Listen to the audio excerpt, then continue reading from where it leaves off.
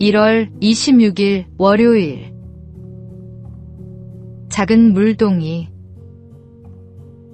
한겨울, 작은 마을의 우물가에 두 통의 물동이가 놓여 있었습니다. 하나는 반들반들하고 크며 사람들 눈에 잘 띄는 자리에서 늘 자신을 자랑했습니다. 다른 하나는 작고 오래되어 우물 뒤 그늘에 조용히 기대어 있었습니다. 마을 사람들은 큰 물동이에 먼저 눈길을 주지만 날이 추워 얼음이 끼기 시작하자 상황이 달라졌습니다. 큰 물동이는 입구가 넓어 얼음이 금세 차올라 물을 퍼낼 수 없었고, 작은 물동이는 입구가 좁고 낮아 얼음이 쉽게 녹아 여전히 물을 담을 수 있었습니다. 사람들은 결국 작은 물동이로 물을 길어 나르기 시작했습니다. 낮아 보이고 작아 보이던 그 물동이가 겨울날 가장 귀한 역할을 하게 된 것입니다. 우리가 주님 앞에서 작아지는 것도 이와 같습니다. 스스로를 낮출 때 우리는 오히려 주님의 영광을 담는 그릇이 됩니다. 겉모양이 아니라 겸손한 마음이 주님의 일을 가능하게 하며, 하나님은 그런 사람을 통해 생명을 흘려보내십니다. 높아짐은 우리가 만드는 것이 아니라 낮아짐을 통해 주님이 이루시는 것입니다. 오늘의 말씀. 누구든지 자기를 높이는 자는 낮아지고 누구든지 자기를 낮추는 자는 높아지리라. 오늘의 만나. 자신을 낮출 때 하나님께서 높이시는 역설의 진리를 경험하십시오.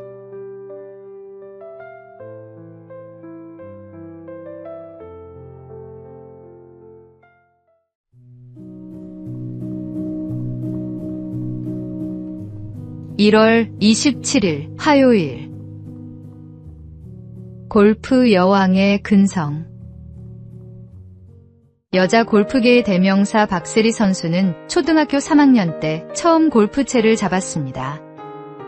그때부터 남들이 상상하기 어려운 근성과 연습량으로 자신만의 길을 만들어 갔습니다.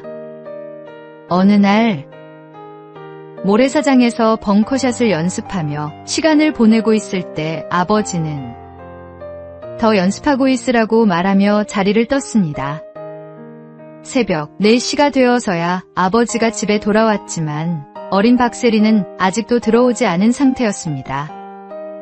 연습장을 찾은 아버지는 전등 하나 켜진 모래밭에서 손을 호호 불며 묵묵히 연습하고 있는 딸을 발견했습니다. 그녀는 눈이 오나 비가 오나 바람이 부나 악천후 속에서 라운드를 하며 어떤 상황에서도 흔들리지 않는 실력을 다졌습니다. 육상으로 기른 체력 위에 아파트 15층을 오르내리는 훈련까지 더하며 스스로를 단련했습니다. 골프 여왕이라는 칭호는 하루아침에 주어진 것이 아니라 보이지 않는 자리에서 쌓아 올린 꾸준함의 결과였습니다. 우리의 삶에서도 맡은 자리에서 견디고 버티는 힘이 결국 열매를 만들어냅니다. 새해에는 자신의 자리에서 근성과 담력을 기르는 훈련을 해보십시오. 오늘의 말씀.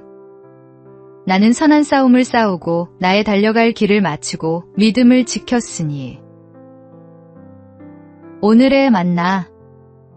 보이지 않는 곳에서의 땀과 눈물이 결국 빛나는 결실을 맺습니다. 오늘도 묵묵히 최선을 다하십시오.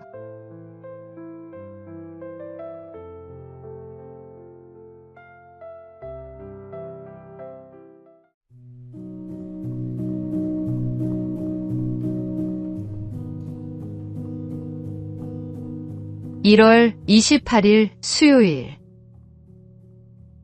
정직대회. 어느 마을에 정직대회가 열렸습니다. 참가자들은 한 주간 있었던 잘못을 솔직하게 고백하면 되고, 가장 진실한 사람에게는 정직왕, 왕관이 수여되는 행사였습니다. 모두가 긴장한 얼굴로 앞에 섰습니다. 첫 번째 참가자가 말했습니다. 저는 실수한 적이 없습니다. 완벽한 한 주였습니다. 두 번째 참가자도 나섰습니다. 저도요. 저는 항상 바르게 살았습니다. 사람들은 서로 눈치를 보며 당당하게 말했지만 분위기는 어딘가 어색했습니다. 그때 어린 소년 하나가 손을 들며 수줍게 나왔습니다. 저는 쿠키를 하나만 먹으라고 했는데 4개나 먹었어요. 엄마 몰래요. 순간 사람들이 웃음을 터뜨렸습니다. 그런데 심사위원장은 미소를 지으며 바로 왕관을 그의 머리에 올려놓았습니다. 정직은 잘못이 없는 사람이 아니라 잘못을 인정할 줄 아는 사람에게서 시작됩니다. 우리는 절대자 하나님 앞에서는 누구나 부족하고 부끄러운 존재들입니다. 하나님께 드릴 수 있는 가장 아름다운 고백, 자신이 죄인임을 인정하는 고백을 드리십시오. 우리가 죄인임을 고백할 때 주님께서는 우리를 의인이라 칭하십니다. 오늘의 말씀. 만일 우리가 우리 죄를 자백하면 그는 미쁘시고 이로우사 우리 죄를 사하시며 우리를 모든 불의에서 깨끗하게 하실 것이요. 오늘의 만나. 진정한 회개는 완벽함을 주장하는 것이 아니라 솔직하게 자신의 부족함을 인정하는 것입니다.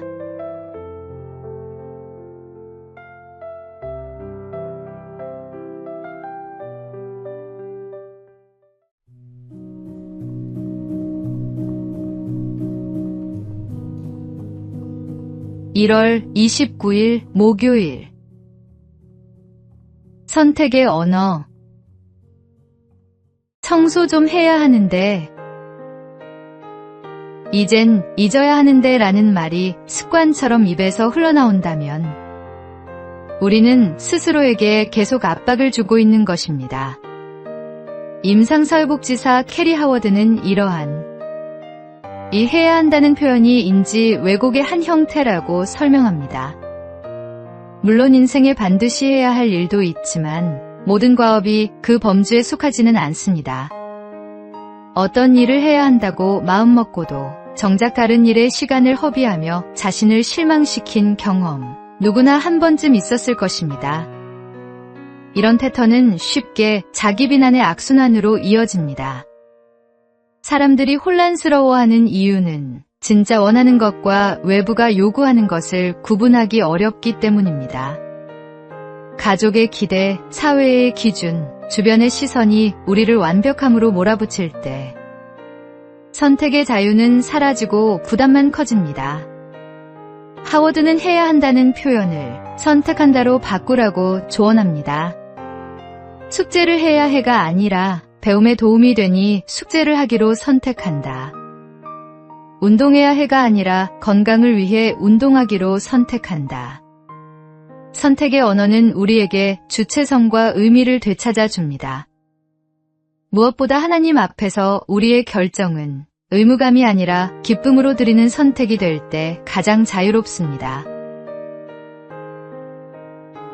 오늘의 말씀. 그런즉 너희가 먹든지 마시든지 무엇을 하든지 다 하나님의 영광을 위하여 하라. 오늘의 만나. 억지로 하는 삶이 아니라 기쁨으로 선택하는 삶을 살아가십시오. 그것이 진정한 자유입니다.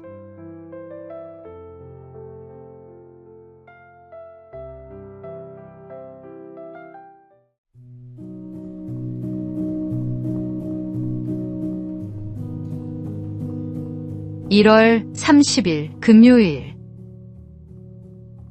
낭만 러너의 달리기. 낭만 러너로 불리는 심진석 씨는 올해만 27번의 아마추어 마라톤 대회에서 우승했습니다.